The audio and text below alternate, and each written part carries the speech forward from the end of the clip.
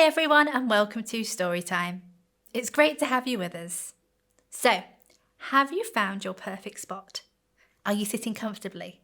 Because it's time for today's story. Today's story is called It Takes Two to Wit to Woo, and it's by Paula Knight and Giuliano Ferri. Olive Owl could only say to-wit.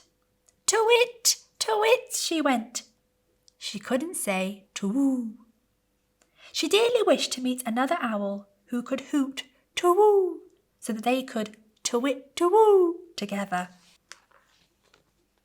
Olive perched high up in her tree and called out, to-wit, to-wit. She listened carefully with her pointy ears. Ribbit, ribbit, came the reply. Who's there? Said Olive. I don't suppose ribbit will do, asked the frog. No, ribbit will never do, said Olive. She really needed a to-woo to go with her to-wit. To-wit, to-wit, to-wit, called Olive, trying again.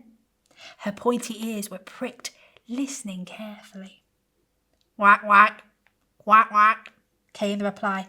Who's there? Said Olive. I don't suppose a whack will do, asked the duck. I'm sorry, said Olive sadly. She was hoping for a to-woo. This time Olive shouted, to-wit, a bit louder, hoping that somewhere, someone with a lovely to-woo might hear her. Grrr, came the reply. Who's there? Called Olive. I don't suppose a grrr will do, asked the great big grizzly bear. Olive sighed. No, not at all, I'm afraid. What she really wanted was a hooty-tooty to-woo. To-wit, to-wit, to-wit, to-wit, to-wit, to-wit, to-wit. This time Olive carried on twitting over and over again, hoping that her dream owl would surely hear her. Anyone there? She called out. Before long, new friends surrounded Olive. Everyone had heard her twits and had come to find out what all the fuss was about. Everyone, that was, apart from Albert. Albert lived far away, in another tree, in another wood over the hill. To-woo, he tooted, but nobody could hear him. What Albert wanted more than ever was a to-wit to go with his to-woo. Somewhere in the distance he thought he could hear a terrible din of quacking, oinking, growling, croaking, hissing, meowing, buzzing, squeaking and woofing, and the odd ee-aw. Olive looked down at the duck, the cat, the donkey, the frog, the dog, the snake, the bee, the pig, the mouse, and the great big grizzly bear. What will you do if you can't find a to-woo? They asked. I don't know. Please, can you help me? Said Olive.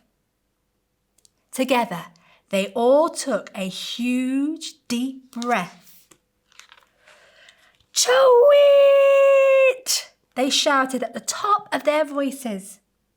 They hushed and listened for a reply.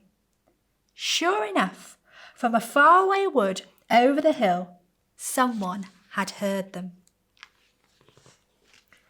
To-woo! To-woo! Hooted Albert, hardly able to believe what he was hearing. To-wit! There it was again. Albert was excited and set off in the direction of the to-wit, calling to-woo as he flew. Woo! I heard it! I really heard it, said Olive, her feathers all a-fluster. Albert landed on the tree right next to her. They had found each other at last. To-woo, he said. To-wit, said Olive. Grrr, said the great big grizzly bear. That's the wrong way round. To-wit-to-woo, said Olive and Albert, one after the other. The animals cheered. Olive and Albert continued to-witting and to-wooing together until dawn, when they snuggled up for a well-earned sleep. Wasn't it great how the animals helped Olive and Albert find each other? Let's talk to God now about the people who help us and say thank you. Dear God, we thank you so much for all the people who help us in different ways. For our teachers at school, for our mum and dad, for our family who care for us, for our friends.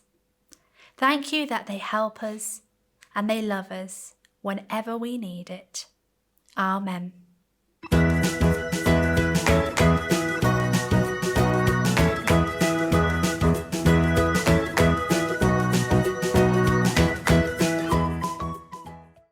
It's competition time, so why don't you draw an owl?